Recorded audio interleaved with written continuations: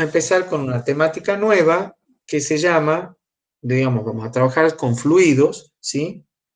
Y fluidos en reposo, porque luego vamos a tener que ver fluidos en movimiento.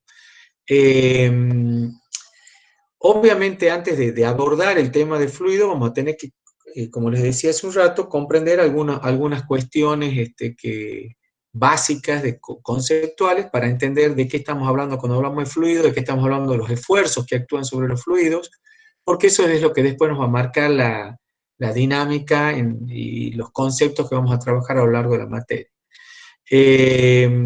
Bueno, ahí tienen la bibliografía, como siempre les damos una referencia. Y vamos allá a las definiciones. ¿Qué entendemos nosotros por fluido? Fluido, ustedes recuerden que más o menos lo que decíamos cuando siempre me ubicaba entre un líquido y un gas era el que se adaptaba al volumen del continente, ¿no es cierto? O sea, del recipiente que lo contiene. Generalmente, digamos, no tenían forma y esas cuestiones eran como las definiciones muy generales de fluido, ¿sí? Donde las distancias intermoleculares podían variar, ya sea un líquido o en un gas, iba a haber una variación importante de las distancias intermoleculares y por lo tanto las fuerzas de acción, de posibilidades de atracción o repulsión entre ellas van a estar condicionadas por este estado. Ahora bien, desde el punto de vista de la mecánica, que es lo que nosotros vamos a estudiar acá, ya no vamos a estudiar el comportamiento físico, químico, digamos, de todas esas propiedades, no, vamos a hablar de las propiedades mecánicas. Ahora nos interesa saber cómo puedo yo definir un fluido en función de las propiedades mecánicas. La definición va a ser, el fluido es una sustancia que se deforma continuamente bajo la acción de un esfuerzo cortante. Entonces, ¿qué quiere decir esto? A ver, ¿cómo me lo puedo imaginar?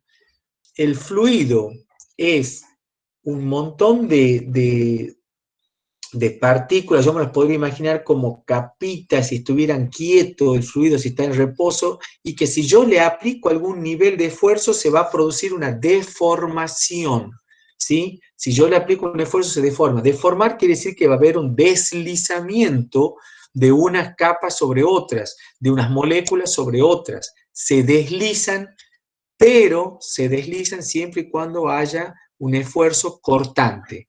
Estos son como cosas que decimos, bueno, ¿qué es un esfuerzo cortante? Bueno, nos acordemos que el esfuerzo cortante era aquel que actuaba en el sentido de cizalladura, si yo establecía la superficie sobre la cual voy a hacer el esfuerzo, voy a poner en ejecución una fuerza, yo la descompongo en esa superficie y tengo dos componentes. Una que es normal a la superficie y otra que es coincidente con la sección. La componente que es coincidente con la sección es lo que se denomina esfuerzo cortante. La fuerza por unidad de área se denomina esfuerzo cortante. Si esa sustancia se deforma bajo el esfuerzo cortante, cuando yo le aplico estos esfuerzos superficiales, se deforma bajo el esfuerzo cortante, entonces estoy en contacto con un fluido. Si no actúan esfuerzos cortantes, entonces voy a decir que el fluido está en reposo, porque si actúa el esfuerzo cortante, inmediatamente el fluido comienza el movimiento. ¿Ah? A ver, esto lo voy a representar un poquito acá. Lo que yo les estaba queriendo decir recién era esto. Yo tengo a ver, vamos a ver acá, esperen un segundo. Tenemos una superficie, ¿sí? Una superficie de un líquido. En esta superficie, lo que yo les decía, que puede actuar una fuerza en cualquier dirección y sentido. Yo esa fuerza en cualquier dirección y sentido siempre la voy a poder descomponer en dos componentes. Una, que va a ser la normal. Que no se olviden que una superficie, esto ya lo comentamos en la clase pasada, se representa siempre con un sector normal a la superficie. La superficie A se representa con un vector normal a la superficie. Entonces yo les decía que una fuerza cualquiera, yo siempre la voy a poder descomponer en dos componentes. Una componente, como en este caso, que es la vertical, y otro componente que es coincidente, la dirección de esta componente, acá tengo la componente Y acá tengo la componente X, le llamemos, y esta es la fuerza F, ¿sí? Siempre esa componente X es coincidente con la sección de la superficie. Entonces, si yo a esa fuerza Fx, que la tengo ahí, la divido por la unidad de área, por la magnitud área, voy a tener lo que yo denomino un esfuerzo cortante, tau, o de cizalladura. Ahora pensemos, ay, perdón, volver acá, volvamos acá, disculpen, quise hacer otra cosa, quise poner esto. Fíjense, si ustedes tienen un cuerpo cualquiera, si tienen un cuerpo cualquiera, sólido, y yo le aplico un esfuerzo, ese sólido, la capa esta que está acá, nuevamente va a tener las dos componentes de fuerzas. Esa superficie sólida va a tener dos componentes, una componente normal y una componente horizontal. ¿Sí? Esa componente horizontal es la que genera el esfuerzo cortante, por eso lo decimos que va tangencial a la superficie, mientras que la fuerza que está actuando sobre la superficie coincidente con el vector m, ese va a ser un esfuerzo normal. Entonces, piensen en un sólido. En el sólido, cuando yo aplico esta fuerza, que le podemos llamar Fx, como yo le quería llamar recién, esa Fx no va a producir que esa capa del sólido se deslice sobre las capitas de sólido que están más abajo. Queda casualmente, por eso es un sólido, hasta que supere cierto umbral, donde por supuesto se va a producir la cizalladura de esa pieza y la rotura. Se van a realmente deformar el material y finalmente se va a separar una capa de moléculas de la otra y obviamente se rompe la pieza. Pero yo hago un esfuerzo y las moléculas están tan adheridas unas con otras, las fuerzas de interacción son tan rígidas en el sólido que no les permite ese movimiento de una sobre otra, ¿sí? Entonces, no hay deformación. Por eso, en un fluido hemos dicho la definición de un fluido es la que se deforma continuamente bajo los efectos, continuamente bajo la acción de un esfuerzo cortante, ¿sí? Si el fluido está en reposo, que es cuando yo dejo un vaso de agua, un tanque, un reactor sin movimiento, un estanque, lo que se les ocurra, un recipiente con líquido, si no hay movimiento, no hay esfuerzos cortantes, no hay movimiento, entonces ese fluido está en reposo, ¿sí? Esa sería la definición. Eh, bueno, la mecánica de los fluidos, que es lo que vamos a empezar a estudiar nosotros ahora, me está diciendo que básicamente yo tengo que la fuerza, esto ya lo sabemos por la ley de Newton, es igual a la masa por la dB de t. Esto que tengo dB de t no era otra cosa que la cantidad de movimiento, ¿sí? Lo podría decir como transferencia de cantidad de movimiento. Ya lo hemos visto en la ley de Newton cuando hemos visto la viscosidad. Bueno, en definitiva lo que quiere decir es que las fuerzas que actúan sobre un fluido, tanto la presión como el esfuerzo cortante, según el concepto de la mecánica de los fluidos, las fuerzas son una consecuencia de la transferencia de la cantidad de movimiento de una molécula, de una partícula a la otra. Siempre estamos hablando de cantidades pequeñas. Entonces, en definitiva, la mecánica de los fluidos que estudia las fuerzas en los fluidos, se diría que sería un estudio de la transferencia de la cantidad de movimiento. ¿Por qué? Porque la cantidad de movimiento era esto que tengo acá. Bueno, entonces la cantidad de movimiento se transforma en una fuerza, ¿sí? Entonces yo tengo transferencia de cantidad de movimiento, tengo esfuerzos. Entonces ahí me aparece la dinámica de los fluidos. Bien, me interesa también ahora definir una porción. Cuando yo voy a definir eso que estoy definiendo del esfuerzo, de la fuerza, la propiedad de la cantidad de fluido sobre la cual yo estoy analizando, donde se produce el esfuerzo, vamos a tener que hacer una definición primero de lo que denominamos el continuo. ¿Qué es el continuo? Es las propiedades para mí van a tener sentido, tanto la densidad del esfuerzo y la presión, el esfuerzo cortante y la presión, que son los dos tipos de esfuerzo que tenemos, van a tener sentido cuando yo hable en un punto determinado del fluido, cuando yo hable de la variación continua de estas propiedades de un punto al otro. ¿Esto qué quiere decir? A ver, tratemos de ponerlo.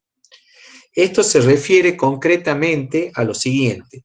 Vos toma un vaso. Voy a hacer un ejemplo muy burdo, pero a lo mejor les ayuda. Eso es un vaso donde yo tengo un líquido, ¿sí? Entonces vos toma una porción de líquido ahí adentro. Ahora, de esa porción de líquido que estás tomando allí, llévala cada vez a un punto más chiquitito. Cada vez tomo menos cantidad, cada vez menos cantidad, ¿sí?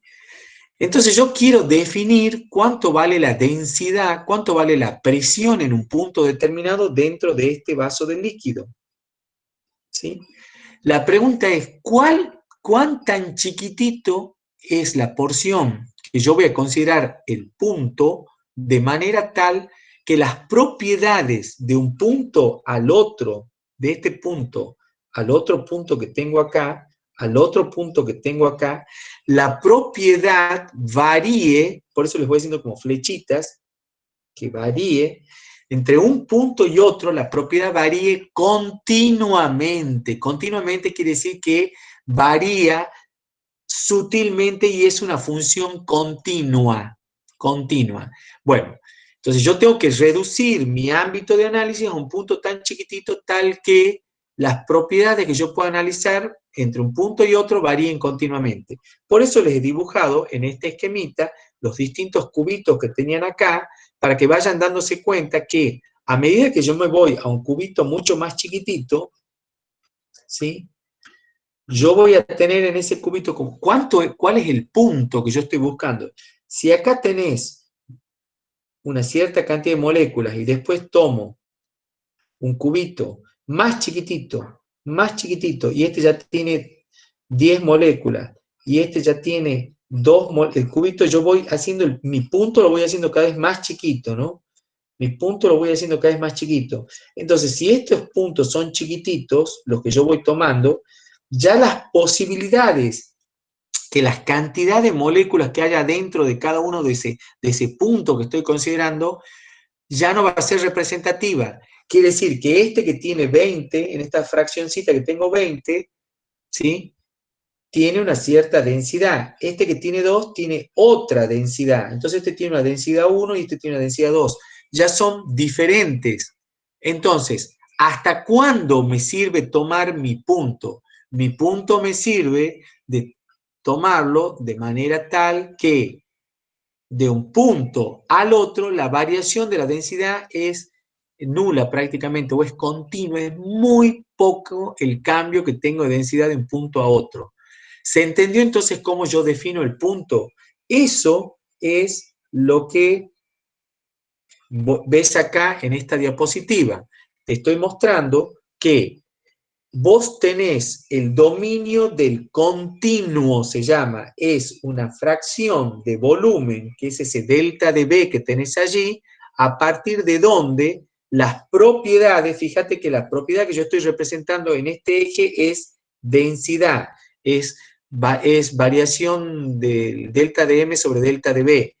A partir del punto ese que yo estoy marcando ahí con el lápiz, de allí en adelante, la propiedad varía continuamente a medida que yo tomo cada vez volúmenes más grandes, el delta B cada vez más grande. O sea, las porciones de líquido dentro de mi muestra, de mi vaso de agua, son cada vez más grandes.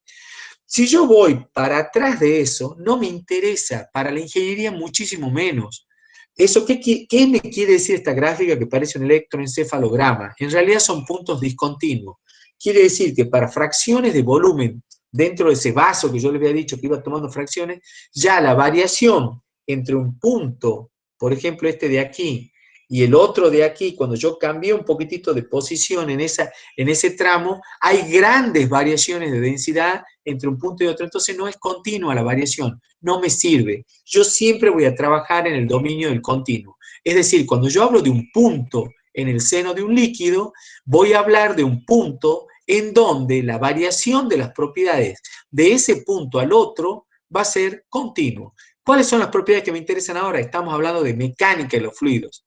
Me interesa la densidad, la presión y el esfuerzo cortante de un punto a otro. No sé si quedó claro hasta acá. Por favor, contéstenme con el micrófono abierto, así voy interactuando con ustedes. Sí, profe. ¿Sí está claro? Bien, sí. Excelente. Continuemos entonces. Acá tienen ahora ya definido cómo va a ser ese esfuerzo cortante o ese esfuerzo normal en función de la superficie. ¿Ah? Fíjense que tengo una porción de área, aquí, una porción de área, ¿sí? ¿Lo ven? Esa partecita azul es una superficie del líquido y yo aplico un esfuerzo cualquiera, delta de F. ¿Mm? Ese delta de F, como les he dicho hace un rato, lo voy a poder descomponer sobre esa superficie, a mi delta de F, lo voy a poder descomponer en dos componentes. Primero, tengo que entender que en esa superficie, el vector normal a la superficie le voy a llamar I, ¿sí? Le voy a llamar I. Ahora, cualquier otra dirección que quede sobre la superficie, no sé si se van dando cuenta que sobre esa superficie puedo tener distintas alternativas, le voy a llamar J. No me importa en definitiva ahora, como es una definición muy general en este caso, entonces voy a llamarle J. J simplemente quiere decir que es tangente, es rasante con la superficie. I es el normal y J es el rasante. El rasante, como les ven acá, pueden tener distintas direcciones. Podría girar en ese plano, pero eso no es lo que estoy preocupado ahora. Lo que estoy preocupado es en definir en función de esta superficie que yo tengo acá, ¿sí? Yo le aplico un esfuerzo delta de F y lo voy a definir. Mira, a ese delta de F lo podemos descomponer en dos componentes. Una componente que va a ser normal y una componente delta de F que podría ser tangencial o cortante, ¿sí? No sé cómo lo tengo yo en la diapositiva, no quiero irme con otras.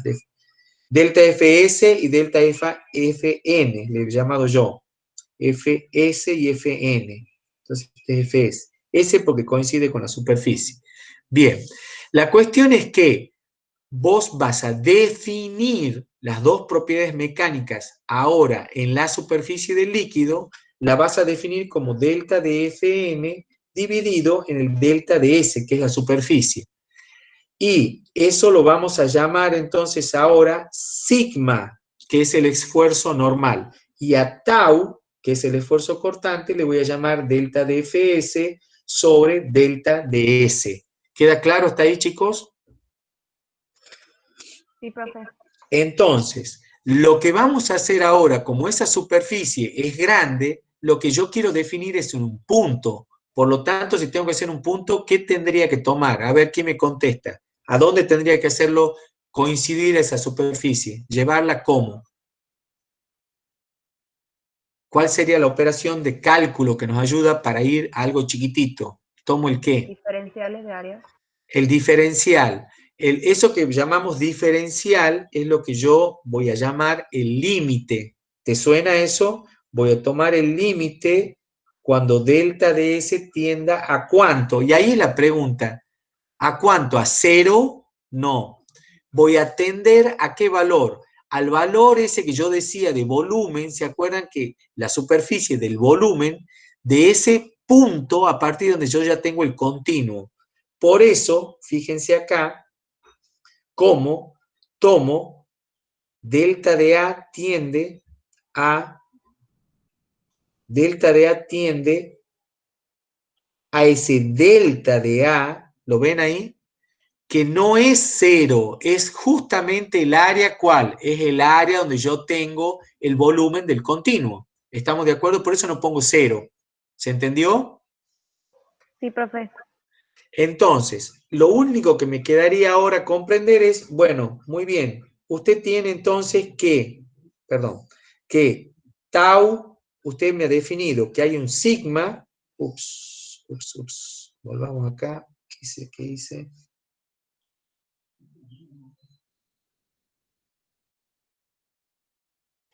Ahí está.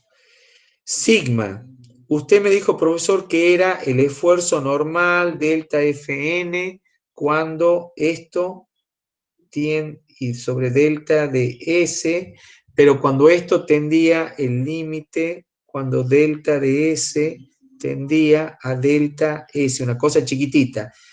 Esto no sé qué es. Bueno,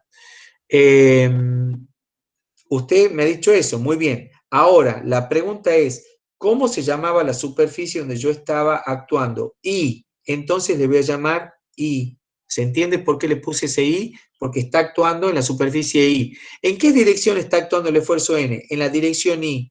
Por eso es sigma I. ¿Se entiende? El esfuerzo normal, entonces, actúa en la dirección del vector normal a la superficie, por eso lo llamo así, ¿sí? Esa va a ser la forma en que yo voy a tomar ahora mi esfuerzo normal. Mi esfuerzo tau, ahora, como yo sé que está aplicado sobre la superficie I, le llamo I, pero está en una dirección J, que era el que coincidía con la fuerza S, delta Fs. Entonces se va a llamar tau IJ. ¿Por qué es tau IJ? Porque actúa sobre la superficie I en la dirección J. De nuevo, el límite cuando delta de S tiende a ds, y este va a ser de delta Fs sobre delta ds, ¿sí? Cuando yo haga, perdón, no va el igual ahí, cuando hago el límite de eso, entonces voy a tener mi tau, ¿sí? Acá va el límite acá metido adentro, no disculpen, lo he puesto afuera. Entonces, ya tengo definido cuánto vale el esfuerzo cortante y el esfuerzo normal en un punto. Atención con esos esfuerzos porque primero son vectores, porque son consecuencias de fuerzas y tienen dirección y sentido. No es cualquier dirección y sentido. Está dado por estos componentes que están acá, el IJ y el II. ¿Está claro? Bien, wow, una cosita más. ¿Cómo vamos a definir los signos de esto? ¿Cómo definimos los signos de esto? Acá hay una cuestión interesante para definir los signos. Vamos a definir el sigma, lo vamos a definir al sigma, y esto es positivo en la tensión. ¿Qué quiere decir en la tensión? Hagan de cuenta que ustedes tiran la superficie hacia arriba, ¿sí? Tiran hacia arriba. Miren una película, imagínense un plástico y ustedes lo están tirando hacia arriba. Entonces, cuando lo estoy tensionando sobre esa superficie, está actuando un esfuerzo normal positivo. Si el esfuerzo, por el contrario, va hacia adentro, hacia contrario a la normal, el delta Fn va hacia adentro de la superficie en contra, ese esfuerzo va a ser negativo, ese sigma va a ser negativo. Ahora, el tau, ya vamos a ver, tiene distintas connotaciones para el positivo y negativo. Pero como ustedes son inteligentes, ya se podrán imaginar que vamos a tener que hacer toda una denominación de acuerdo a los ejes cartesianos para saber cuándo el tau es positivo y cuándo el tau es negativo. ¿Ah? Ya lo vamos a ver ahora. Lo primero que ya se les estará ocurriendo, el tau está aplicado sobre la superficie I. Entonces tengo que ver cómo está definido respecto a cada superficie y vayan pensando que mis superficies, si yo tengo esto y estos son mis ejes cartesianos, X y Z, ¿no es cierto? Entonces yo tengo que ver dónde está metido dentro en ese esquema, dónde está metido el tau mío, cómo está aplicado. Eso vamos a ver ahora. Por último, les quería comentar que las fuerzas que actúan son de dos tipos. Una son las que ya conocemos, que son las fuerzas de tipo que actúan sin un contacto físico en esa porción de líquido, en ese punto que yo tengo ahí. ¿Cuál va a ser? La gravedad. La gota, la partícula de líquido, esa que yo estoy analizando en el seno del líquido, tiene su propio peso sin que nadie haga nada, por el solo hecho de tener masa. Entonces no hay nadie que interactúe con la gota, pero esa gota ya tiene una fuerza inherente que es la de la gravedad. Si esa partícula, ese fluido, esa gota de fluido que estamos analizando muy chiquitita, tuviera cargas eléctricas, es decir, fuera, por ejemplo, una solución con iones, que tuviera muchos cationes o iones, y lo someto a un campo eléctrico fuerte, porque si no, no se va a notar, por supuesto, también va a tener la acción de fuerzas, que nadie la toca a la gota, pero por el solo hecho de que esa partícula tiene cargas eléctricas, va a sufrir la fuerza de ese campo eléctrico y lo va a sentir intrínsecamente sin que nadie accione sobre ella, sin que nadie la toque. Los otros dos esfuerzos son los que ya hemos dicho. Yo actúo sobre esa partícula, sobre ese punto de fluido, y tengo entonces dos tipos de esfuerzos. El esfuerzo normal, que lo acabamos de estudiar, y el esfuerzo cortante o de fricción, que ahí ustedes ya empiezan a relacionar que una gota, una partícula, va a friccionar con las otras que tiene a la par. Por eso de ahí aparece el esfuerzo cortante. Obviamente los esfuerzos, como son magnitudes vectoriales, lo que decía, está dado con, son vectores que tienen dirección y sentido. Bien, acá para definir, ahora sí vamos a ver el signo de tau, cuándo es positivo, cuándo es negativo. Ahora, bien. Cuándo es positivo, cuándo es negativo, piensen que el tau, el sigma, perdón, empecemos con el sigma. Este sigma que tengo acá dibujado, como lo ven, es positivo, todos. ¿Por qué son positivos todos? Analicemos la cara verde.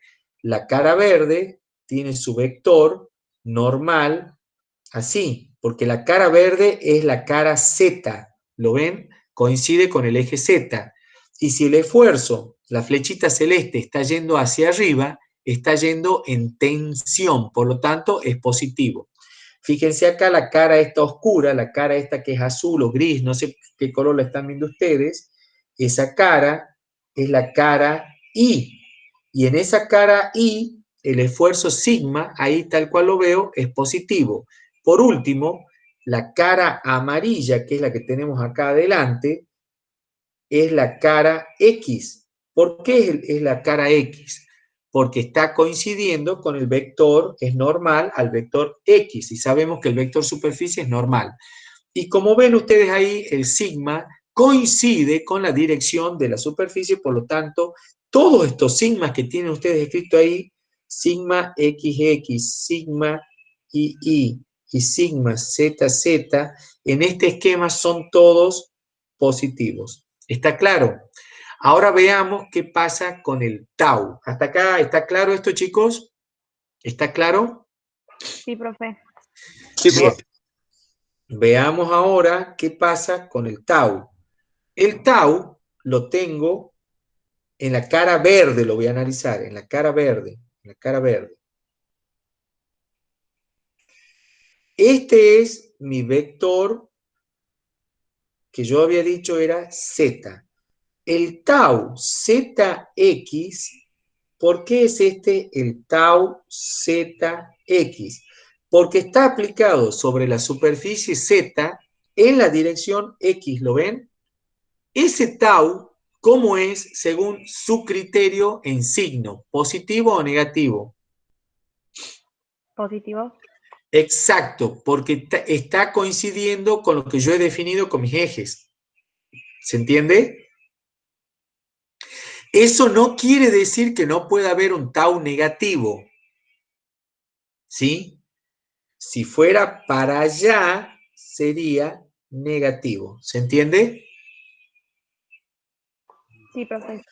Sí. De la misma manera, si ustedes ven ahora para allá, yo estoy aplicando un tau en la superficie Z, por eso le pongo el Z, pero está en la dirección Y, por lo tanto eso es positivo, porque el Y es positivo y el Z es positivo.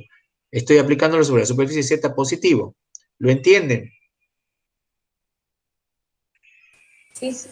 Bueno, de la misma manera, no voy a ser no voy a ser tan denso, lo van a aplicar para las otras superficies. Pero quiero que piensen ahora, ¿qué pasa con esta superficie de acá abajo? ¿Sí? ¿Cómo es el vector allí? El vector superficie, ¿cómo es? De la superficie esa, de la amarilla de abajo, que está amarilla de abajo. Negativo. Exactamente, exactamente. Entonces, ahí tenés que tener cuidado cuando vayas a definir tus sigmas y tus tau, porque esa superficie es negativa según mi convención. Ojo, ojo, porque ahí voy a tener problemas, ojo, porque ahí vamos a tener problemas con los sigmas, con todo. Como el sigma en ese punto va hacia afuera, tu valor de I, perdón, tu valor de Z es negativo y tu valor de esfuerzo es negativo, entonces también sigue siendo positivo. ¿Se dan cuenta cómo siempre en la tensión es positivo? ¿Lo ven? Sí. Porque los dos signos son negativos, entonces me da positivo, ¿sí? Mientras que, ¿qué pasa con este tau acá? Ahí tendría que ver, porque la superficie esa es negativa, entonces el tau en esa dirección, por más que el x es positivo, ese tau ahí en la cara de abajo ya es negativo. ¿Queda claro? Sí, profe. Bien. Acá tienen dibujado todo esto lo tienen en las diapositivas, para que puedan analizar en ese mismo cubito, para que no se hagan lío, lo tienen acá puesto, siempre cuando haya coincidencia con los signos, va a ser siempre positivo, y cuando haya alguna discordancia de signo, uno positivo y uno negativo, te va a dar siempre negativo. ¿Se entendió? Sí, profe, bien.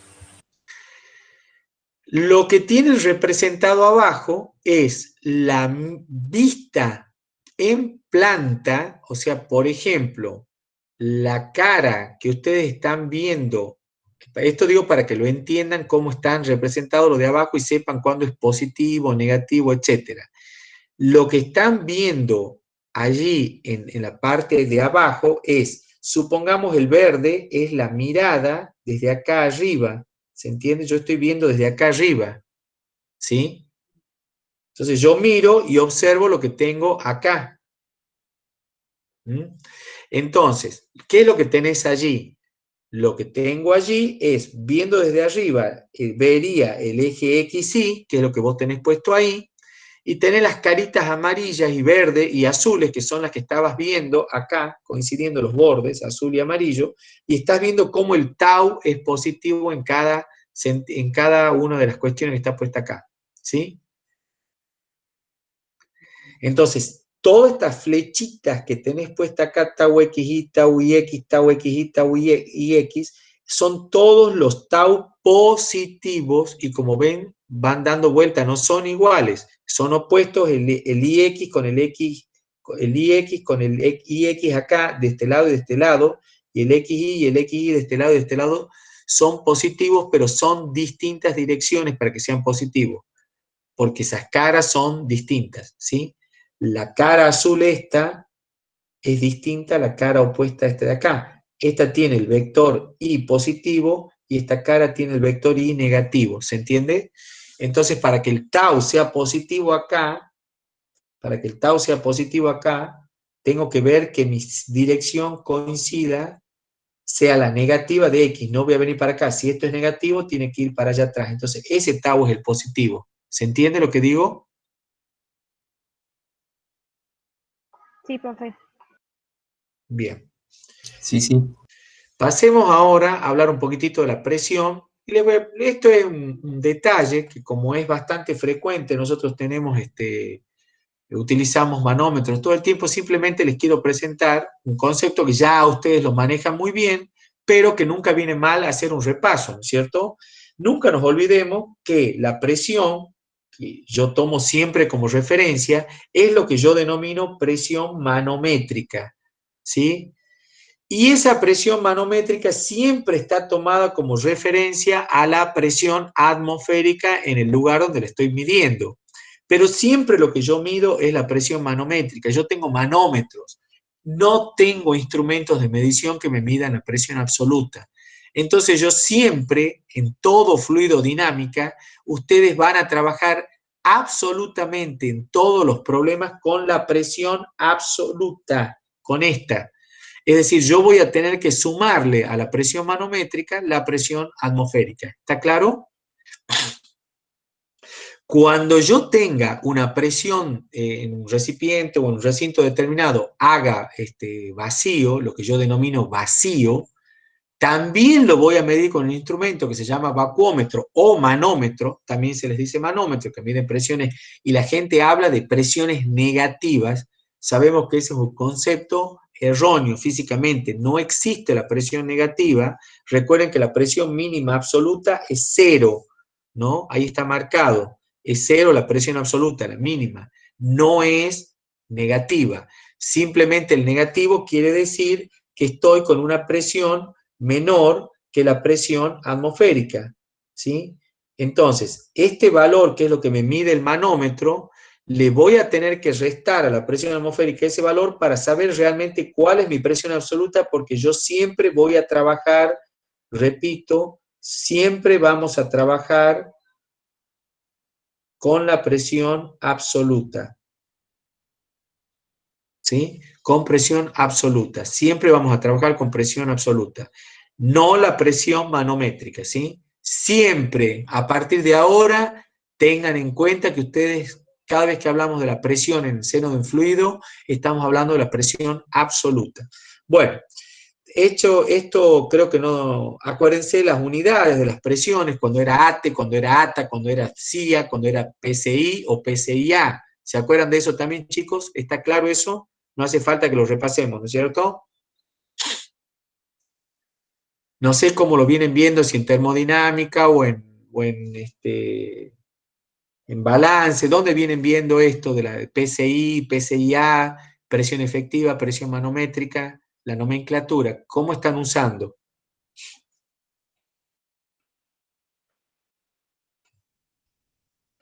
Sí, en balance y en termo venimos usando así. PSI, PSI, PSIA. PSI absoluto, ¿no? PSI, claro, por eso te digo, PSI y PSI, ¿y qué le ponen a la efectiva? ¿Cómo le dicen? A la manométrica. No, no hemos usado, si no me equivoco, no hemos usado presiones manométricas. Bueno, por eso les digo, acá van a empezar a utilizar permanentemente presiones manométricas, porque los instrumentos de medición me miden la presión manométrica, entonces vos siempre vas a tener que sumarle la presión atmosférica, ¿sí? Entonces esa situación ténganla en cuenta, porque eso es lo que va a pasar de ahora en más, ¿sí? Bien, acá simplemente esto es una muestra, un manómetro. Como es el manómetro de relojito, es el más común de todos, que lo van a ver en cualquier planta, este lo van a ver en todos lados, a cualquier fábrica que entren, en cualquier proceso van a ver manómetros. De hecho, aquel que se declare de no conocedor del manómetro, alguna vez ha calibrado las ruedas del auto, ¿no es cierto? Me imagino, todos han visto un calibre. Y ustedes le ponen 29, 30. Es decir, ponerle 30 al que está en la gomería, decimos ponerle 30, ponerle 29, ponerle 31, ponerle 28.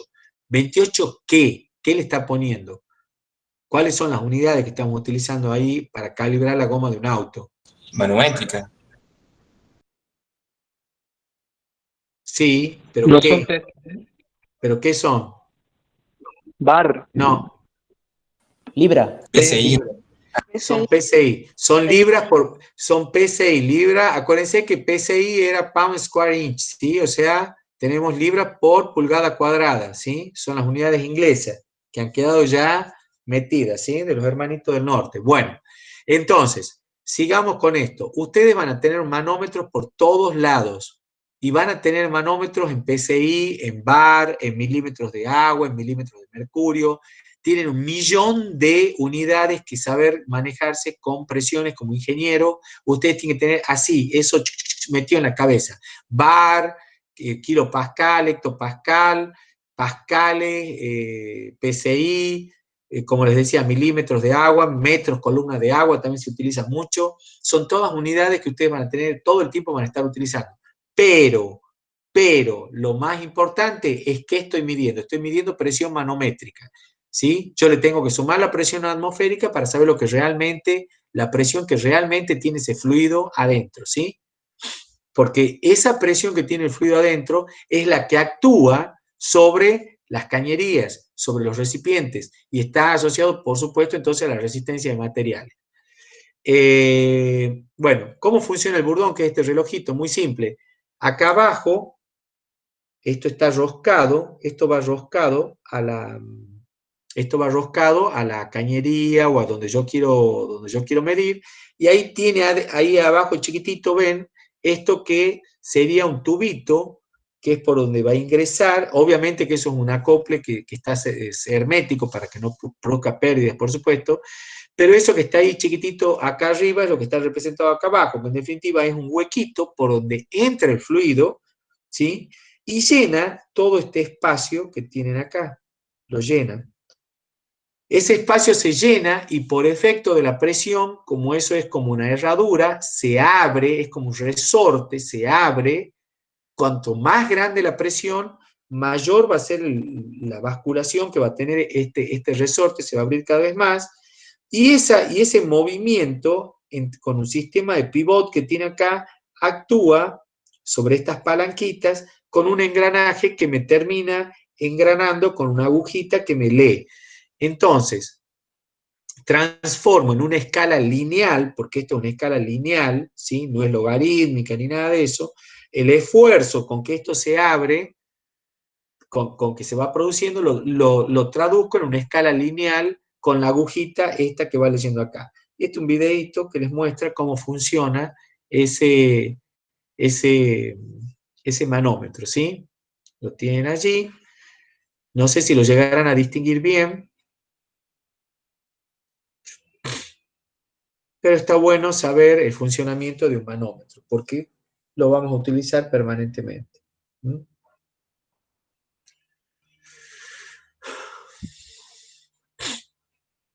Ahí les va indicando cerramientos.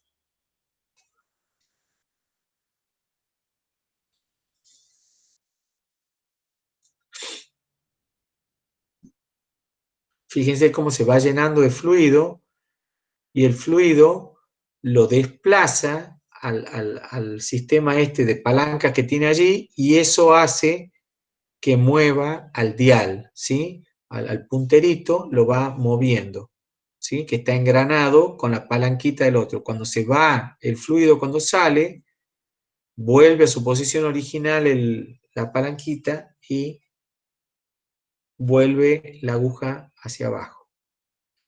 Bien, bueno, eso es una curiosidad para que sepan. Vamos a ver ahora la definición de presión en un fluido, en estática de fluido, ¿sí? Son un montón de conceptos que ustedes ya los conocen, algunos, le estamos dando otra mirada matemática que ustedes van a decir, pues al final me han enseñado un montón de cosas y yo lo único que voy a utilizar para presión en un fluido es ρGH. Hay algo de eso, pero van a tener que pasar primero por una amansadora bastante interesante de matemática para llegar a esos conceptos, porque los vamos a ver con una mirada mucho más amplia y que les va a permitir a ustedes resolver los problemas de ingeniería que necesitaríamos o que nos podríamos enfrentar en algún momento. Bueno, la presión en un fluido, cuando volvemos sobre el concepto, si está estático, necesariamente no hay esfuerzos cortantes. Ese es un concepto muy importante. Recuerden que cuando hay esfuerzos cortantes, el fluido está en movimiento. Entonces, para que el fluido esté en estática, necesariamente los fluidos cortantes deben ser cero, ¿sí? Los esfuerzos cortantes, entonces, los taus son igual a cero. Todos los tau y j, todo lo que se les ocurra. En el seno del fluido, ¿sí? El esfuerzo constante igual a cero si estamos en reposo. Entonces acá hemos dibujado un triangulito, una formita cualquiera, un prismita, ¿sí? Triangular, donde ustedes están viendo, vamos a hacer el análisis de fuerza para llegar a una conclusión que ustedes ya la conocen, pero lo queremos hacer como una verificación de algo y ir validando los conceptos que teníamos y que los tomábamos un poquito por fe. Ahora lo vamos a deducir un poco más. Fíjense que esto podría ser una porción de líquido con una cara inclinada cualquiera, por eso toman esa cara delta S que tienen allí, y básicamente tiene un ángulo cualquiera, que es el ángulo S θ que está ahí abajo, que se reproduce con la normal al esfuerzo. El ángulo θ se reproduce acá de vuelta, ¿sí? Ahí arriba, porque está acá abajo y son dos perpendiculares que se cortan, entonces me reproducen el ángulo. Bien, entonces yo voy a decir, sobre esa pequeña porción de fluido interior van a actuar todas las fuerzas del líquido que tiene alrededor hacia adentro, ¿sí? Son los esfuerzos que están actuando sobre él, sobre esa porción de líquido. Entonces, tenemos una fuerza delta Fx que está en la dirección X. Acá observar que está el sistema de referencia, está puesto allí, ¿no? Ojo que el sistema de referencia está puesto allí bien claramente, entonces yo lo tengo ahí bien referenciado y puedo decir, bueno, tengo delta Fx, delta Fi, que coincide con el eje Y, y el delta Fs, que lo ponemos en una dirección cualquiera, obviamente lo voy a poder descomponer en las componentes que me interesarían, en este caso, en la componente X y en la componente Y. Delta Fsi, delta Fsx, ¿sí? Eso lo van a tener allí. Esas dos componentes ustedes las pueden descomponer, ¿sí? Obviamente, para descomponer esas componentes voy a tener que trabajar con trigonometría, nada complicado. Si el ángulo está allí, será el seno para sacar Fsx y el coseno para sacar Fsi. O sea, nada que no puedan resolver muy sencillamente.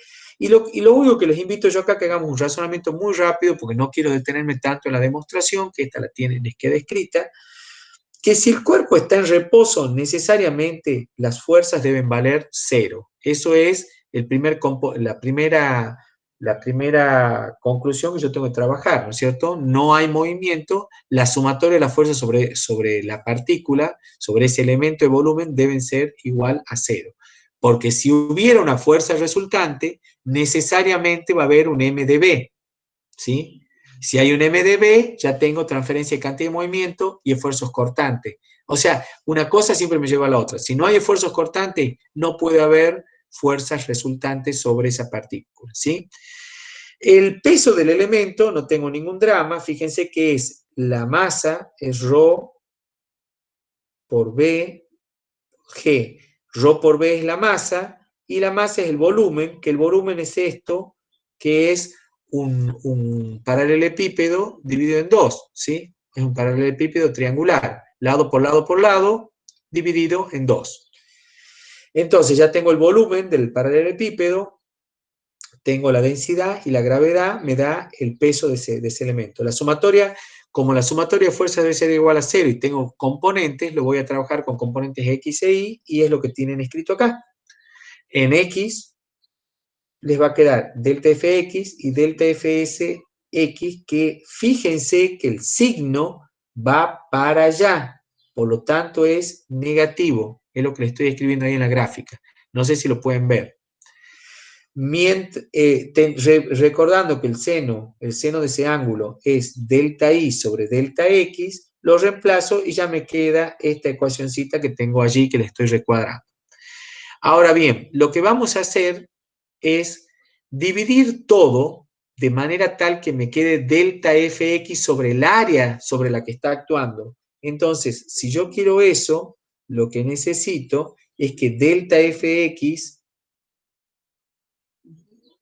me quede dividido en esta área que estoy rayando acá. Y esa área es delta I por delta S. ¿Se entiende? Es lo que han hecho acá abajo, en donde toman la parte de abajo. Si yo divido todo en delta I, delta S, este también me queda dividido en delta I, delta S, se me simplifica. ¿Estoy diciendo bien? Perdón, delta Z, ya está, me parece que estaba diciendo mal. Delta S es la diagonal, disculpen. Delta Fx dividido en esto, que es delta I por delta Z. Entonces acá me queda sobre delta I, delta Z, y acá me queda sobre delta I, delta Z. Se va a ir el delta I y me queda delta S por delta Z y delta I por delta Z. Cuando yo tome el límite para llegar al punto, ¿se acuerdan el límite ese del continuo que hablamos, o que podemos hacerlo muy próximo a cero? Cuando haga eso, voy a llegar al valor en el punto, ¿sí? En el punto siempre, les repito, donde yo tengo propiedades continuas. Acá, por default, se ha puesto el límite cuando delta de B tiende a cero, ¿sí?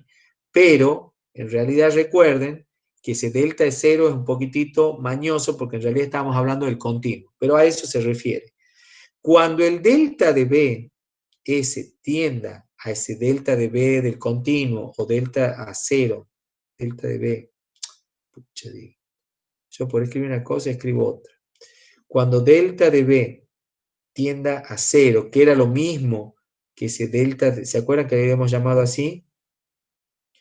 Bueno, cuando tienda a eso, esto va a ser tan pequeñito que lo que voy a tener acá no es otra cosa que el esfuerzo normal en la cara XX, ¿sí? Esto es sigma XX. Y esto que tengo acá es sigma SS, porque es el esfuerzo S dividido en el área delta S por delta Z. Son los dos esfuerzos normales. Y lo que estoy observando acá, que delta FX, acá me quedó un signo negativo. ¿Por qué? Porque acá tenías negativo, porque esta fuerza iba para el otro lado. Cuando tomaste el límite lo cambias al signo, eso no pasa nada, una cuestión de signos, pero lo único que quiero que lleguen a la conclusión es que tengo menos sigma. Fíjense que el sigma tenía que ser positivo en la tensión. Entonces, esto es negativo porque la tensión es hacia allá, ¿sí? Y ahí está en compresión, ¿se entiende? Lo mismo me está pasando con este otro. Como era un signo negativo, con el signo negativo de la compresión se transforma en positivo. No sé si se entendió el tema de los signos. ¿Se entendió o está complicado? Le pregunto al foro, ¿se entendió? Profe, Sí. ¿puede repetir la última parte? Porque como que tiene delay la lapicera y lo que usted está diciendo. Entonces como que yo por lo menos me pierdo, digamos, Ok. el Sí, tema sí. de los signos, digamos, ya al final. Perfecto, sí, perfecto. A ver, lo que les quería decir es lo siguiente. Esto lo han entendido, supongo que esta parte matemática sí se entiende, porque es bastante sencillo hacer la descomposición de fuerzas y las áreas, todo eso, es muy matemático, muy fácil. El único lío que pueden tener acá es cuando lleguen a esta ecuación que les queda delta Fx sobre delta I, delta X, menos delta Fs sobre delta S por delta Z. Esto que yo tengo acá, estos dos términos que tengo acá, no son otra cosa que los sigmas, ¿sí? Porque es fuerza normal por unidad de área, ¿sí? Dividido en el área. ¿Hasta ahí se entiende? Sí. Bien. Ahora, yo podría decir, bueno, no hay problema, dividime la fuerza en unidad de área y ponerlo acá como resultado. Y así, obviamente, quiero que hagas que esta área tienda a cero. Si el volumen de la partícula de ese prismita tiende a cero, esas superficies van a tender a cero. ¿Estamos de acuerdo? Van a tender al punto ese chiquitito. ¿Se entiende? Sí, profe. Bien. Cuando esa fuerza dividida por unidad de área, de esa área muy chiquitita, porque estoy tendiendo al área chiquitita, bla, bla, bla, bla, bla, llego a un número, fuerza sobre superficie. Ahora, lo que vos estás dándote cuenta es que el Fx está actuando en el sentido de la compresión sobre esta cara que estoy rayando ahora. ¿Lo ven? Sí. Al ser compresión, según mi convención de signos, si bien es el esfuerzo normal sobre la cara IZ, ¿sí? Esta cara es la cara IZ, ¿sí? ¿Lo ven o no? La superficie Z, esa que está ahí, que en realidad corresponde al eje X. ¿Lo ven o no? A ver, espera que estoy dibujando muy encimado. A ver, dibuja de vuelta la carita esa. Esa cara es X, pero está en negativo. ¿Lo ven? ¿O no? Entonces, entonces, para que se entienda, como el esfuerzo es de compresión y para que sea positivo, debiera haber sido así en tensión. Los dos negativos. La fuerza hacia allá y como el área es hacia allá, la superficie es hacia allá, entonces negativo con negativo te da positivo. Y entonces siempre en la tensión sigma es positivo. Siempre es positivo en la tensión. Entonces, lo que yo te estoy diciendo, como esto es compresión, te da negativo acá. ¿Lo ven? Sí, profe. Ahora sí, Claro, perfecto. sí, está De bien. la misma manera, cuando lo razonen, ahora lo borro esto porque está un poco rayoneado, cuando lo razonen para esta cara, la cara S, ¿sí? Cuya normal es así, hacia arriba, la fuerza delta de Fs, todo el análisis que hemos hecho acá de signos y todo lo demás, me dio acá un signo negativo, ahí adelante. ¿Lo ven? Le estoy marcando ahí con la flechita, acá abajo. Les dio un signo negativo. Cuando vos lo trabajes y te estás dando cuenta que esto es compresión y que en realidad la compresión es negativa para la superficie S, entonces se transforma negativo con negativo, se hace positivo. ¿Se entiende? Entonces, conclusión, ¿a qué ha llegado? Que sigma XX es igual a sigma SS. Es decir, el esfuerzo normal es independiente de alguna manera de la dirección que tiene, porque si sigma SS era en cualquier dirección. Si analizás ahora para la dirección Y, va a suceder lo siguiente. Vas a tomar de nuevo todas las fuerzas que actúan en I, que es delta F de I, y el delta Fs, porque el coseno del ángulo, eso no hay problema, va hacia abajo. Acordate que acá este está yendo hacia abajo, entonces el coseno del ángulo, bueno, eso es fácil, eso es fácil de que lo resuelvan. El tema acá es que delta Fi va hacia abajo, acá del Fsi va hacia abajo, por eso esto te queda negativo acá. Y el peso, que en el otro componente no estaba, me aparece el peso, que nuevamente es negativo, ¿sí? Es negativo. Cuando vuelvas a dividir ahora, dividís toda la ecuación en delta de Fi, que está en el área delta X, delta Z, acá dividís en delta X, delta Z, y acá también dividís en delta X, delta Z, se te van a simplificar algunos valores, pero siempre te va a volver a quedar el área, esto que tenés acá abajo, dividido en el área normal, ¿sí? Y acá te queda arriba el delta de I. Cuando tomes el límite tendiendo que ese volumen tienda a cero, que es lo que hemos hecho antes, te va a quedar de nuevo, esto se te va al último término, pues queda cero, y te queda menos sigma II más sigma SS igual a 0, de donde sacas que sigma II es igual a sigma SS. Si sigma I es igual a sigma SS y sigma SS era igual a X, entonces te queda que los tres esfuerzos son iguales.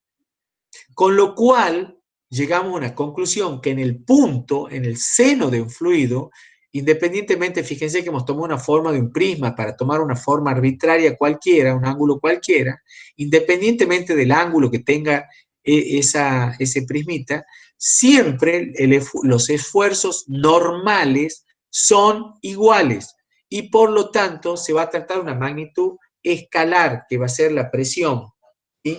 Esto ustedes ya lo sabían. Ustedes sabían que en el seno de un líquido la presión era la misma, el valor de la presión era el mismo independientemente del sentido y la dirección. Eso es lo que acabamos de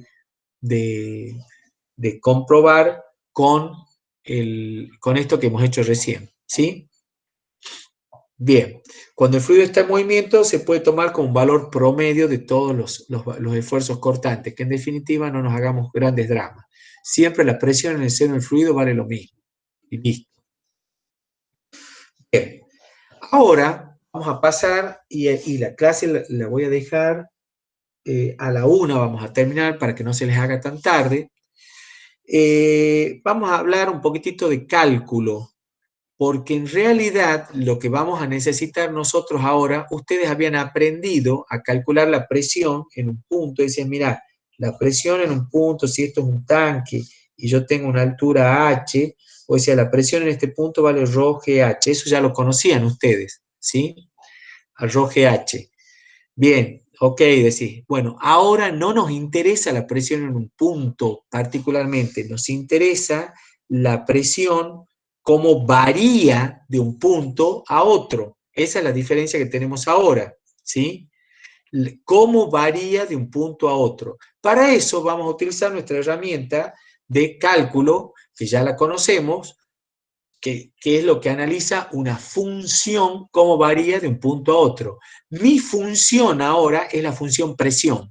Y yo quiero saber, en ese recipiente que tenía hace un ratito, que lo he dibujado, cómo varía la presión del punto 1 al punto 2. ¿Se entiende? No me interesa solamente cuánto vale en el punto 1 o en el punto 2. Quiero saber cómo es la variación, el delta de P entre P1 y P sub 2. El delta de P. Yo quiero saber variaciones. ¿Cómo vamos a hacer eso? Bueno, no es, es sencillo, pero tenemos que trabajar un poquito. Vamos a acordarnos primero de algunos conceptos. La diferencial total, ¿se acuerdan todos lo que era, no es cierto? La diferencial total era lo que me daba la variación de una función de un punto a otro, y yo lo podía calcular como la derivada parcial con respecto a una dirección, por lo que yo me muevo en esa dirección, más la derivada parcial con respecto a la otra dirección, por ejemplo, si es y por lo que yo me desplacé en la dirección y. Es bastante sencillo el concepto. ¿Cuánto varío? Multiplico lo que vale la variación por el delta, cuánto me moví. Multiplico lo que vale la variación respecto de y por lo que me moví. O sea que tiene todo un sentido físico, matemático y lógico la diferencial total. ¿Cuál es el sentido entonces para nosotros la diferencial total? Es cuánto varía una función de un punto a otro. En este punto a mí me interesa solo la presión. Bien, la diferencial total cuando considero todas las variables x y z es esa que tengo allí. No hace falta que lo repitamos. ¿Hasta acá vamos bien, chicos, o están aburridos? Estamos bien. Con hambre. Están con hambre, sí, todos estamos con hambre, con dolor de cabeza, con todo. Pero bueno, es lo que hay. Así es la vida del estudiante, sacrificada. Lo que tiene representado acá son isobaras. ¿Qué es una isobara? Son puntos de igual presión. ¿Qué es lo que he hecho yo acá? He representado en el plano, algo que yo tenía en el espacio. Lo he proyectado y lo tengo en el plano. ¿Se entiende?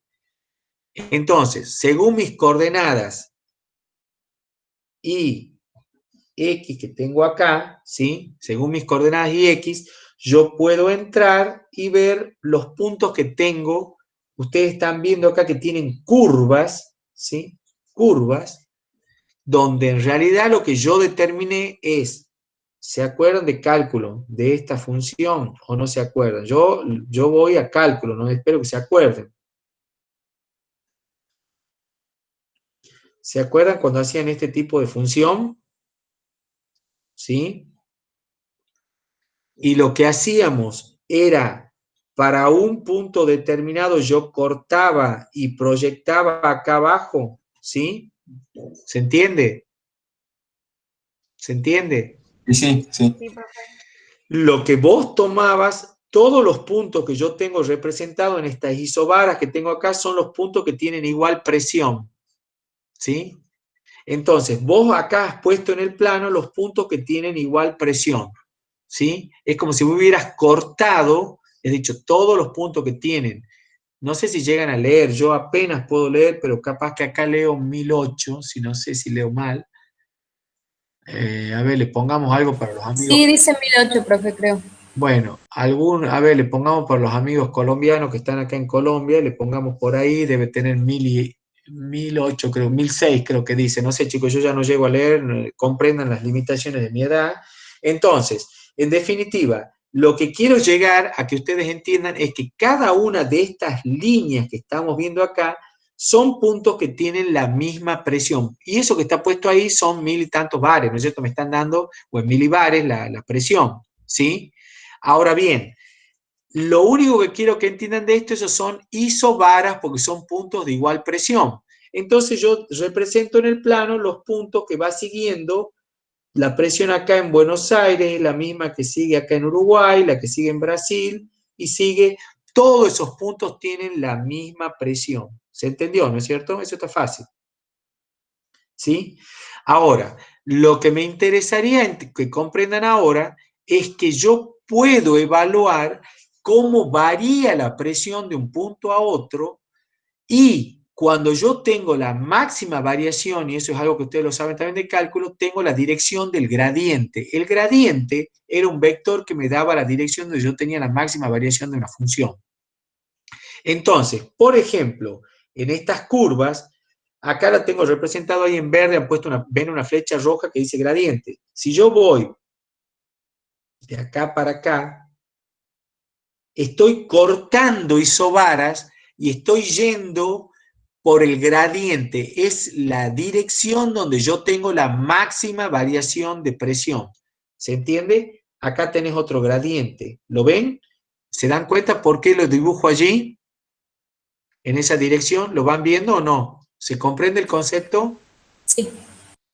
Yo voy cortando isobaras, puntos de igual presión, pero voy yendo en la dirección donde tengo la máxima variación. La máxima variación quiere decir que entre un punto y otro tengo la máxima variación de presión. El delta es el más grande en esa dirección que estoy eligiendo acá. ¿Se entendió?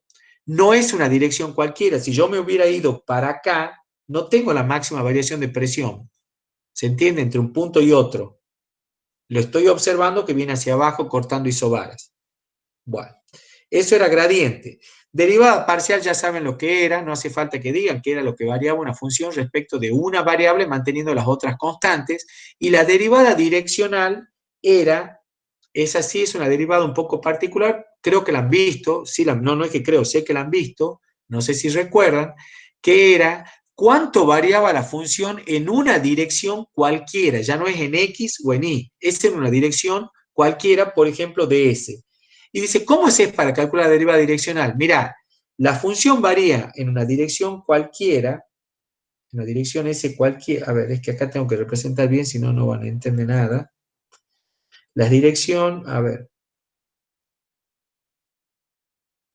este es el eje Z y X.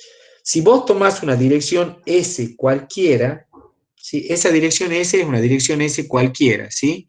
Si yo tomo una dirección cualquiera, bueno, vas a tener que decirme el ángulo al cual está, que eso va a ser el ángulo alfa, y entonces la variación de la función ya no es ni en X ni en Y, es en la dirección S. Yo quiero saber cómo va variando la función Z cuando yo me desplazo en la dirección S. Eso es lo que vos querías saber. ¿Cuánto vale ahora la función cuando yo me desplazo según la dirección S? Para sacarlo tenés que agregarle la derivada parcial, multiplicarlo por el coseno de X y por el seno de Y. Eso ya lo saben, por eso no entro en muchos detalles, pero para resolverlo, la derivada parcial de P con respecto a la dirección S era la derivada con respecto de P con respecto a X por la derivada de X con respecto a S. ¿Se entiende eso? Y la derivada de X con respecto a S, como ya no es parcial, sino es diferencial porque ya no hay más variables, entonces eso es lo que vos conocés como el coseno del ángulo. Por eso me queda el coseno del ángulo. Bueno, esto ya lo saben, no hace falta que lo repase. ¿Estamos bien hasta ahí? ¿Estamos bien hasta ahí? ¿Se entiende? Sí. Sí, Bueno, profe. ¿para qué les estoy dando este palo? Simplemente para lo siguiente. Me interesa saber en qué direcciones tengo máxima variación de mi función. Eso es todo. ¿En qué direcciones tengo máxima variación de la función? Bueno, tengo dos direcciones que me interesan. Una donde no tengo variación y otra donde la variación es máxima. Por eso hay dos direcciones que me interesan de todas las S posibles. Yo lo que voy a hacer es buscar la dirección donde no haya variación. Si no hay variación, quiere decir que la derivada de P con respecto a la dirección S vale 0, porque no hay variación casualmente. ¿Se entiende, no es cierto? Y eso va a suceder en una isolínea, porque si yo no tengo variación de presión de un punto a otro, lo que voy haciendo es siguiendo una isolínea. No hay variación de presión. Ahora los voy a llevar de vuelta a este mapita y ustedes cuando se van moviendo en esta dirección, ven que va cambiando permanentemente, pero voy siguiendo un caminito. ¿Lo ven? ¿Ven cómo sigo el camino? Sí, ¿Qué es eso? Esa es la dirección S que estoy siguiendo. La S va cambiando, por supuesto, de un punto a otro, pero yo voy siguiendo, ¿qué cosa?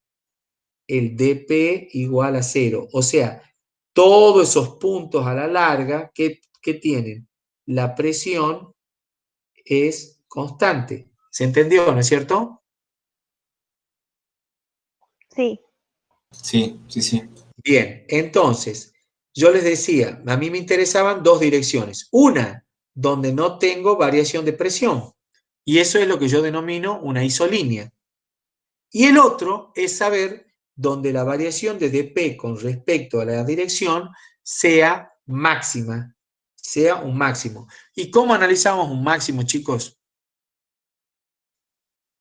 ¿Cómo analizo un máximo? Esto por Derivo y que sea igual a 0. Exacto, hago la derivada, lo igualo a 0 y hago la segunda derivada y ¿cómo sé si es máximo o mínimo?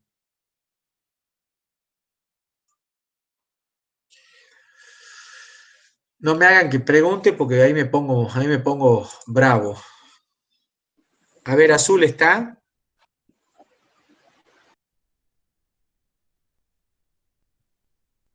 Azul se nos fue. Me Uno. tengo que fijar el signo de la segunda derivada. Exactamente. ¿Y cómo era el signo de la segunda derivada? Si es menor que 0 es un máximo y si es mayor que 0 es Exacto. un mínimo. Muy bien, muy bien, muy bien. Tengo que fijarme en el signo de la segunda derivada. Muy bien. Entonces, yo tengo que analizar primero, hacer la primera derivada igual a 0, que es lo que tengo acá en esta diapositiva. Tomo mi función y hago la primera derivada igual a 0. Y después hago la segunda derivada tomando la dirección para la cual la primera derivada da 0 y ver si es un máximo o un mínimo. Y ahí voy a poder saber dónde estoy parado. ¿Sí? Bueno, con la primera derivada igual a C, perdón.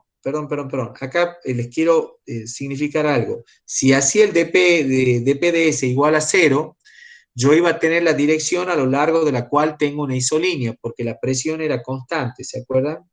Entonces, cuando yo hago la primera derivada igual a 0, de esa función, de dP de S igual a 0, llego a una relación, eso que tienen allí, de que seno sobre coseno igual a tangente de I de X, y me queda que menos dP con respecto a dx es igual a menos dP, o sea, esto se hace 0, ¿no es cierto? Lo que tengo ahí arriba se hace 0, y llego a esta relación. Quiere decir que cuando yo me muevo en la dirección tal que la tangente del ángulo alfa, que no es otra cosa que di de x, cuando di de x, que es la tangente de alfa, que es igual a di de x, vale, esto me estoy moviendo por una isolínea. ¿Se entiende? Cuando tengo esa dirección. Ahora, para que sea máxima, yo tengo que tomar a esta función, que es la función dP de S, esa es la función que yo estoy analizando, y a esa función la voy a derivar y la voy a igualar a 0. Y la voy a derivar respecto de una dirección alfa cualquiera. ¿Mm? Entonces, hago la derivada de mi función respecto a la dirección alfa y lo igualo a 0 y averiguo qué me da. ¿Existe? Sí, hay un punto, acá lo veo, donde la derivada de esta función, tal cual la concebí aquí, la igualé a 0, hay un punto de y de x, una dirección, tal que la derivada me da igual a 0. O sea, tengo un máximo, tengo un máximo o un mínimo, por lo menos. Lo que debo hacer ahora, que en ese punto donde yo tuve mi derivada igual a 0 en esa dirección, tengo que averiguar si es un máximo o un mínimo. Entonces hago la segunda derivada de la función y observo que es menor que 0. Por lo tanto, se trata de un máximo, ¿sí? Esto que es mucho cálculo y todo, es bastante, que parece acá como difícil, es bastante sencillo. Conclusión. ¿Qué conclusión llegó vos? Ya tengo la dirección, tengo una dirección donde la presión es constante, que dije dP ds igual a 0, ¿sí? Cuando yo hice dP ds igual a 0 y yo sabía que dP ds era igual a la derivada de P con respecto a X por la derivada de X con respecto a alfa. ¿Se acuerdan cómo hemos hecho todo esto, no es cierto? ¿O no? ¿Sí o no? Más dP con respecto a I por DI ds, y esto era coseno y esto era seno, ¿sí? Y después obtuve de allí, esto es coseno y esto es seno de alfa, y de aquí igualando llegué a la relación de P de X de P de X de P de Y, una relación, porque esto lo igualé a 0, y llegué a una relación. Cuando llegué a toda esa relación, yo llegué a la dirección donde tengo la presión constante. Ahora hice otra cosa, digo, hago la derivada de dP de S y hago la derivada de esa función y le igual a 0. De ahí voy a ver si es un máximo o es un mínimo. Si era negativa la segunda derivada de esto, la derivada de la derivada de esto con respecto a S me da negativa, que es lo que le he puesto acá, la derivada de la derivada, ¿sí? La derivada, una dirección de PDS, y la segunda derivada me da negativa, entonces se trata de un máximo. Bien, eso es todo lo que han hecho acá, nada más. He tomado eso y he hecho eso. Ahora, lo que yo observo es que esta es la que tengo una isolínea y esta es la que tengo la dirección en donde yo tengo un máximo. Y cuando observo eso, me doy cuenta que son dos direcciones que son perpendiculares entre sí, ¿sí? Que yo sabía que uno era perpendicular. ¿Se acuerdan cómo sabíamos que era una perpendicular? ¿Se acuerdan o no? ¿Cómo yo sabía que una pendiente de una recta era perpendicular a M2? ¿Qué debía verificarse entre ellas? ¿Se acuerdan de eso? El producto escalar tiene que ser igual a 0. Producto escalar igual a 0, y cuando lo trabajas en álgebra se transforma en menos 1. ¿Te acordás? Menos 1 sobre M. Ah, sí, sí. ¿Recuerdan eso o no? Sí, sí, sí. Sí. Bueno, aquí que lo que acabas de descubrir con eso, viendo la dirección en la cual la variación vale 0 y la dirección en la cual la variación, acá tengo máxima variación. Y en esta dirección tengo variación 0. Estas son isolíneas y esto me doy cuenta cuando observo eso que son vectores normales. O sea, la dirección en donde vos te moves en un plano del fluido, donde la variación vale 0, que es una isobara o una isolínea, es normal a la dirección en la cual vos tenés máxima variación de la presión. ¿Se entiende lo que digo o no? ¿O es muy trabalengua? Sí, no, perfecto.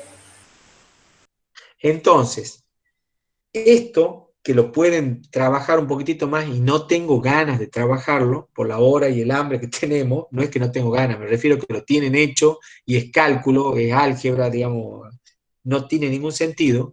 A lo que llegamos es que los componentes, esto que, ay Dios, estoy pasando muy rápido, perdón.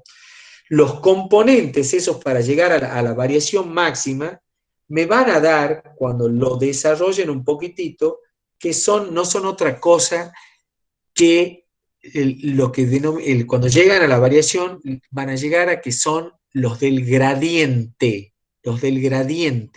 Es decir, es bastante más fácil y es algo que ustedes ya lo sabían. Eso que yo he hecho antes es toda una demostración que ustedes ya conocían, donde la derivada direccional a lo largo de la trayectoria donde la función tiene la máxima variación es la dirección del gradiente de la función. ¿Sí? Del gradiente. Entonces, lo que ustedes van a tener es que el gradiente de P, que es igual a la derivada de P con respecto a X por EX más la de... esto no va a entrar acá. El gradiente de P, que es algo que ustedes ya lo conocen, que es la derivada de la función con respecto a X por EX más la derivada de la función con respecto a Y por EY más la derivada de la función con respecto a Z por el versor Z, eso es el gradiente de P, que es un vector. Ese vector me da la dirección en la cual yo tengo la máxima variación de la función. Es algo que ustedes ya medio lo sabían, porque siempre ustedes han sabido que el significado geométrico del gradiente de una función era la dirección en la cual yo tenía la máxima variación de la función. Entonces, lo único nuevo que tenemos en esto es lo siguiente. Yo tengo la máxima variación de la función en la dirección del gradiente, que sé calcularla de esta manera. Y lo que yo te he planteado antes es que ambos, la dirección en la cual yo tengo máxima variación respecto de la dirección en donde no tengo variación, están a 90 grados. Eso es lo único que hemos llegado a la conclusión con esto. Es algo que a ustedes no les debiera llamar la atención por lo siguiente. Fíjense, yo tengo un vaso con líquido. Ya sé que están cansados, acá vamos a terminar, no se preocupen, no tenemos mucho más. Un vaso con líquido. La presión en este punto, estoy tomando acá una superficie dentro del líquido, ¿sí? Se lo imaginan, ¿no es cierto? Hago una pregunta, a ver, vamos a hacer participar un poquitito, así no se me duermen, que ya terminamos. A ver, Jorge Cheín. No, ya te pregunto a vos. José Barrios. ¿Estás? José.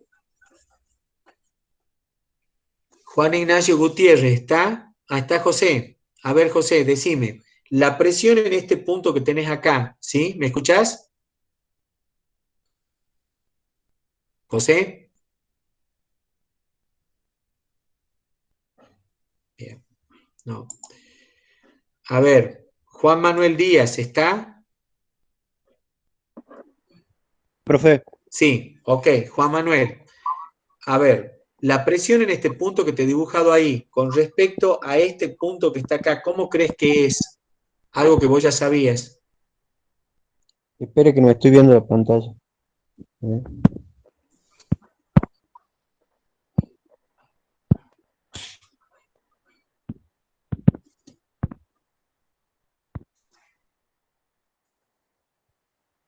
No están viendo.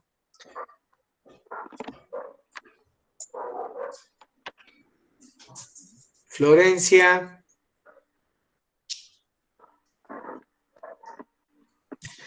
Florencia, ¿estás? María Florencia Lafuente. Florencia, ¿estás? No está. Sí, profe. ¿Está? A ver, Florencia. Justo me estaban llamando. ¿Cómo crees que es la presión entre este punto y este punto? Acá tenés el punto 1 y tenés el punto 2. ¿Cómo es la presión entre esos dos puntos? Eso es un vaso, un recipiente. ¿Iguales? Sí. Entonces, ¿cómo crees vos que son esos puntos, esa superficie que yo te estoy rayando ahí? Sí. Oye. ¿Qué representaría según los conceptos que hemos aprendido hoy? ¿Cómo se llamarían todos esos puntos? Una...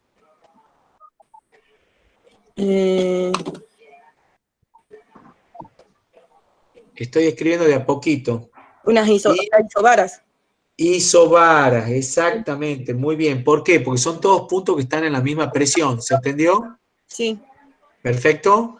Si yo me voy abajo, Florencia, me voy acá abajo, me vine acá abajo, la presión en el punto 3 y en el punto 4. ¿Cómo son entre ellas? Y distintas. Entre 3 y 4, no entre Iguales. iguales. Entonces, ¿qué tenés aquí? ¿Otra qué? Otra isobara, o sea, otra superficie en donde los puntos tienen igual presión. Exactamente. Entonces acá tengo una isobara y acá tengo otra. ¿Te acordás del mapita que hemos visto de Latinoamérica donde estaban las isobaras? No hay ningún problema, que yo tengo distintas isobaras, ¿no es cierto? Puntos de igual presión. Ahora Claro. te hago otra pregunta, Florencia. Entre el punto 1 y el punto 3, ¿hay diferencias de presión? Sí, Bien. Eso vos ya lo sabías, ¿no es cierto? ¿De dónde lo sabías? De física. sí. ¿Cómo calculabas la presión en 1?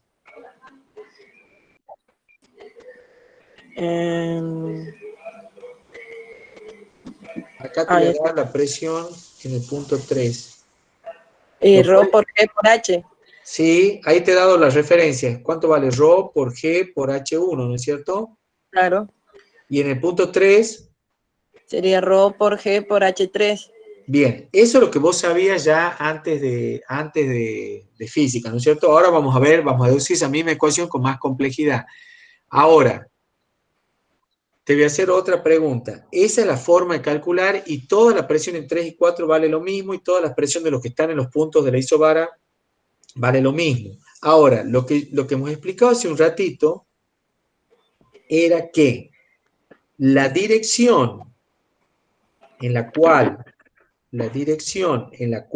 los puntos todos tenían la misma presión se llamaba isolínea.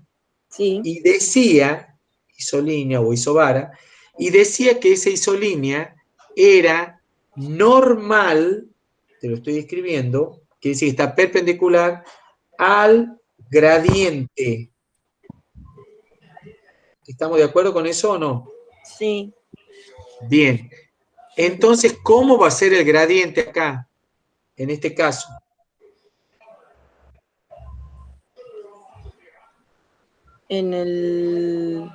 Si es normal, ¿cómo va a ser? ¿Hacia dónde va a ir? Va a ser perpendicular. Exacto, ¿hacia dónde? Hacia arriba. Hacia arriba, bueno, más bien lo pongamos hacia abajo. ¿Por qué? Ahora yo quiero que vos me digas si te das cuenta de esto. Toda esta superficie, que es una isolínea, que es una superficie de isolínea, la máxima variación de presión, ¿en qué dirección está dada? ¿En qué dirección está dada la máxima variación de presión?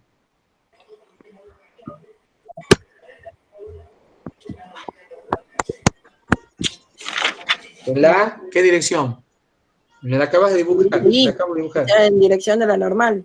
Exactamente. En I, y coincide con quién en este caso, con la gravedad. ¿Te das cuenta? Porque va en el sentido contrario. Sí. Exacto. Bien. Entonces, ¿vos ya sabías esto o no sabías esto? Sí, creo que sí. La máxima variación de presión que tenés entonces en el seno de un fluido en reposo, ¿en qué dirección tenés? ¿Vertical? Vertical, sí. ¿Se entiende? Sí. No en esta dirección, ni en esta otra, ni en esta otra, mucho Claro, va en menos. el sentido de la gravedad. Exactamente. Si yo hubiera elegido el camino este que era una diagonal, yo no voy a tener la máxima variación de presión entre un punto y otro. ¿Se entendió lo que dije? Bien, ¿sería la máxima presión? No, la máxima variación de presión. Si vos hubieras elegido esta dirección, entre este punto y este otro punto, que recorres una cierta distancia, ¿no es cierto? Sí.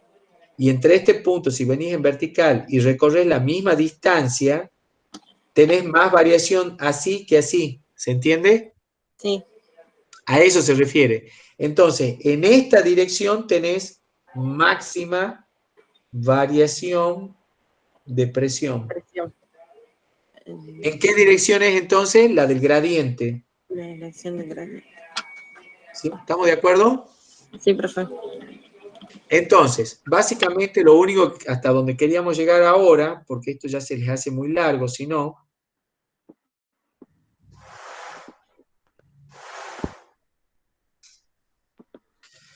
lo que quería llegar yo hoy con ustedes era que entendamos la dirección del significado geométrico del gradiente y hacia dónde va a parar, cómo se comportan las gráficas estas de presión y todo lo demás. A continuación de esto, y ya acá por supuesto dejamos, porque ya estamos en horario, viene lo que es estática de fluido, y ya es en sí el cálculo de las ecuaciones con las cuales ustedes van a resolver los problemas, ¿sí? Pero todo este palo de los conceptos lo teníamos que ver. Yo en estos momentos voy a suspender la grabación